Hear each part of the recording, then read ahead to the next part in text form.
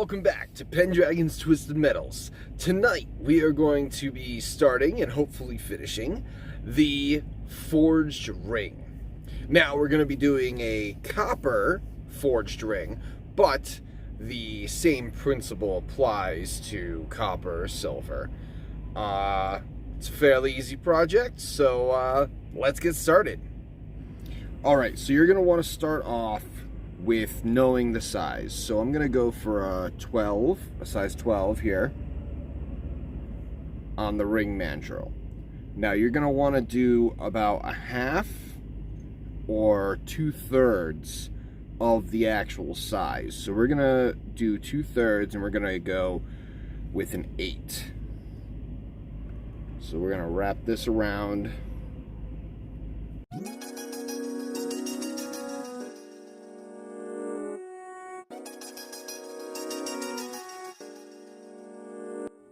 So we are starting to make the two sides flat so that we can make them into a seam.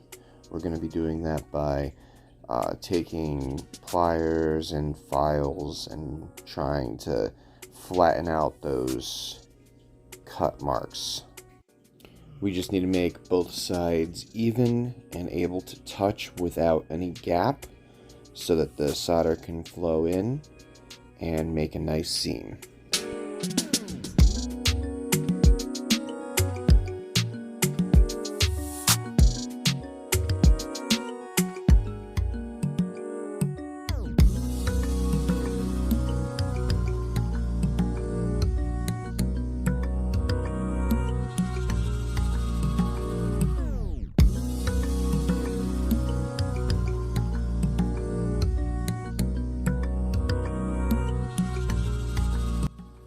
So now that we have both sides matching each other, we are going to just keep filing both sides at the same time.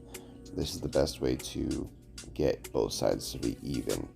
We're then going to bend both sides back and forth to make a spring effect that's going to hold the piece together when we solder the seam.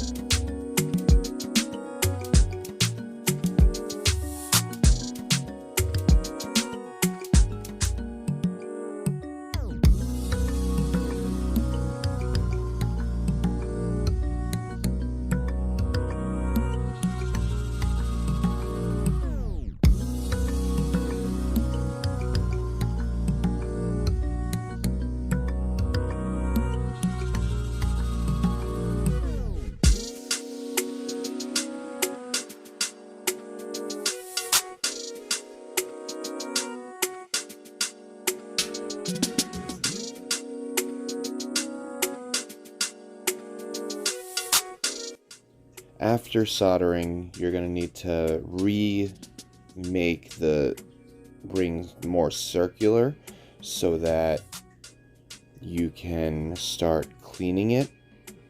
And of course, this is good to test the seam as well to make sure that you soldered it perfectly.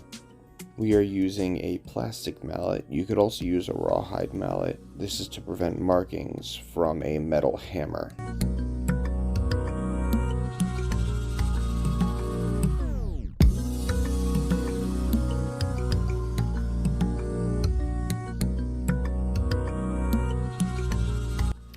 Now that it is circular and flat, we are going to be taking sandpaper and files to make sure that all the fire scale is off so that we can start forging this ring. We are also going to try to make the seam as unnoticeable as possible. The silver solder makes it a little hard to do that because there will always be a silver line in the copper.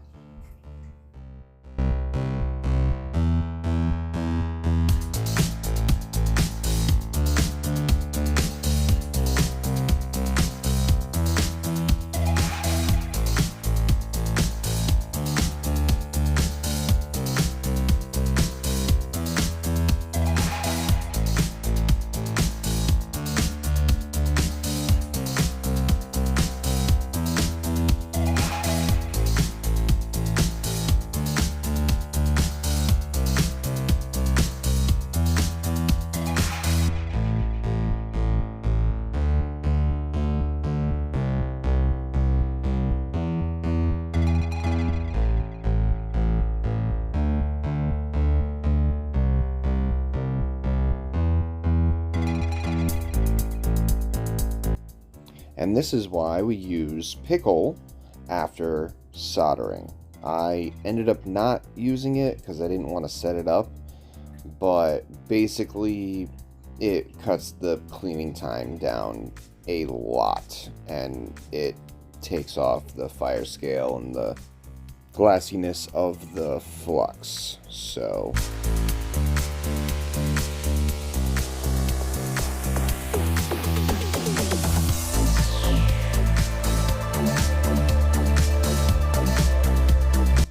we're going to be starting the forging now. We are hitting this on an anvil so that the hammer hits one side and the anvil hits the other. So then we get an even spacing on all 8 sides.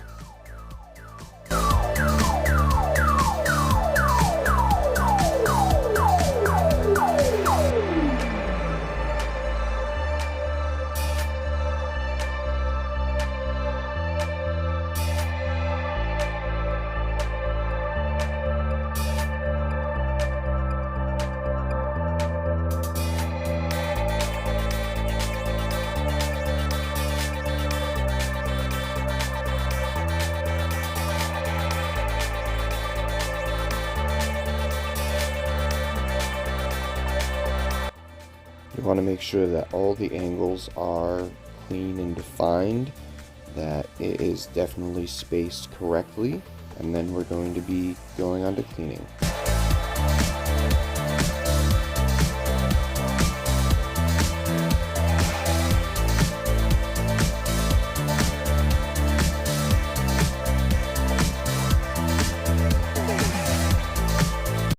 Alright, so that is how you make a forged ring. It is a fairly simple design, but it comes out looking fairly nice. A nice little octagon shape.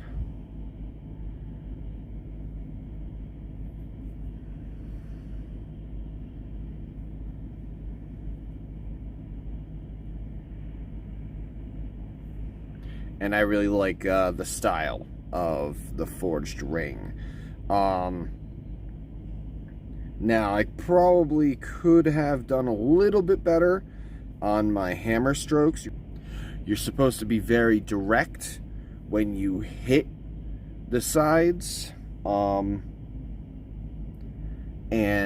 unfortunately, because of the camera being in my... I actually had to reach around the camera in order to get that shot, so it was a little bit difficult, but it came out very nice. It has the 8 sides where they're supposed to be, so 1, 2, 3, 4, 5, 6, 7, 8. So this came out really nice. I really hope that you enjoyed this episode. If you did, hit that like button. And if you really liked it, hit the subscribe button and the bell, so then you can get notified whenever I put out a video. I try to do 3 videos a week, 2 live videos, and the Pendragon's Twisted Metals, which is the jewelry portion. So if you really like jewelry or chainmail metalworking in general, and you want to learn, then you've come to the right place. So I hope that you all have a wonderful evening.